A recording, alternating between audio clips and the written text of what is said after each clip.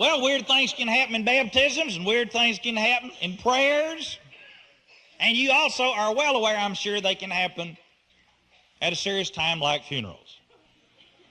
Now, we can't share this with churches normally. Ministers are too sensitive about this to do that. You can't come to the pulpit on Sunday and say, I'll tell you, we had the funniest thing happen at Miss Hawkins' funeral Thursday. Ha ha. You'd be run out on a rail, and you'd deserve to be. But funny things happen at funerals, people, I got to tell you. A friend of mine was doing his first funeral near Knoxville, Tennessee, right out of seminary. He was a go-get-em kind of young pastor. Hadn't been there long, and they called on him to do his first funeral for a dearly beloved member of the congregation that had passed away quietly in her sleep. Well, I don't know what it is about the first funeral, just kind of scary. It's kind of like a parachute jump first time. You're nervous. You want to do it right, but what if you do it wrong? And no ripcords in the Bible. You know, you're just on your own.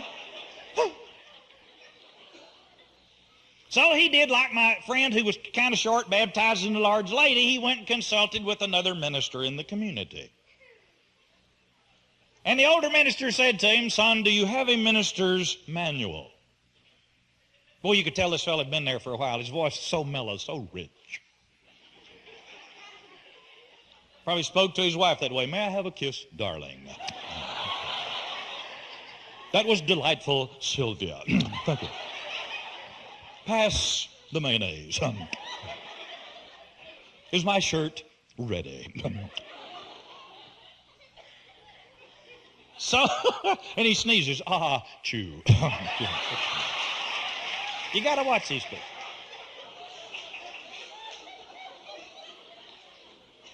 Well, anyway, he asked the young minister, do you have a minister's manual? And the young minister says, no, I don't. Get yourself a minister's manual.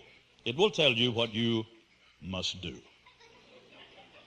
Well, he went down to the local bookstore, religious bookstore. The closest one to him was Cokesbury. Baptists hadn't dominated that area yet. And bought himself a minister's manual. Now, let me explain that kind of quickly. In the minister's manual, there are special orders of service for unusual occasions. There would be a special order of service for a wedding. There'd be a special order of service for the dedication of a new church building. Special order of service for the ordination of a deacon, ordination of a minister, commissioning of a missionary.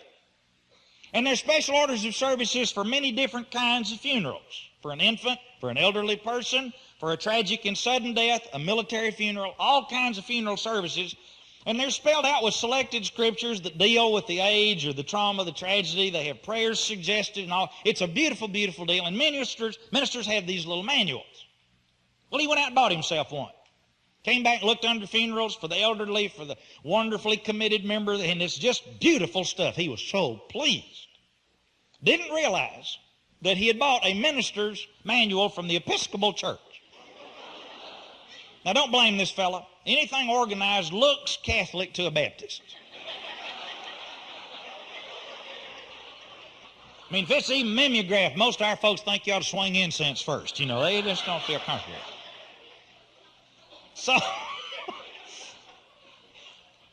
he goes through it and puts it together and did the funeral service, and the people in the church were just slack-jawed with amazement. Golly, that's wonderful.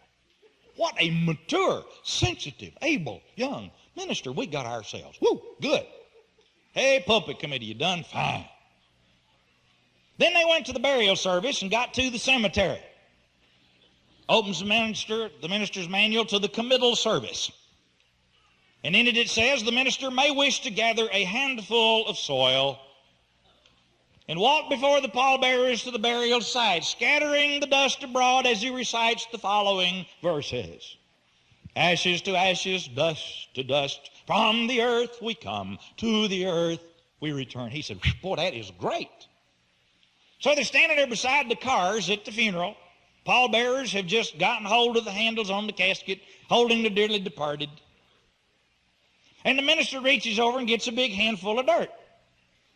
It's trickling out between his class ring and his little finger. And with his book held open with one hand and a handful of dirt in the other, he looks at the pallbearers, every one of them essentially rural gentlemen.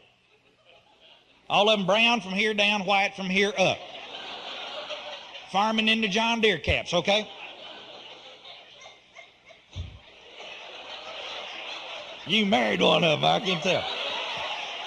fact, I can see that white head out there now, yeah. But they stood there studying this preacher. In Kentucky, we have a wonderful expression. They studied him right smart. They're puzzled, because there he is holding a handful of dirt. They're thinking to themselves, you know, preacher, this ain't a bring your own dirt funeral. They got a little truck that comes later. And he says to them, y'all ready? And one of them sort of shrugs like, well, I guess so. You know, that's what we came to do, and I got my hands full.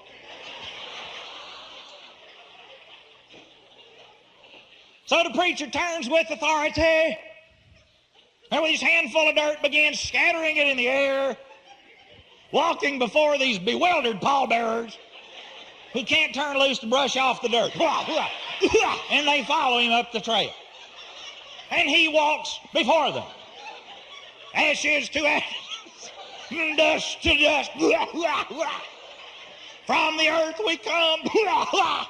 To the earth we return. Boom. He walks right in the hole. True story.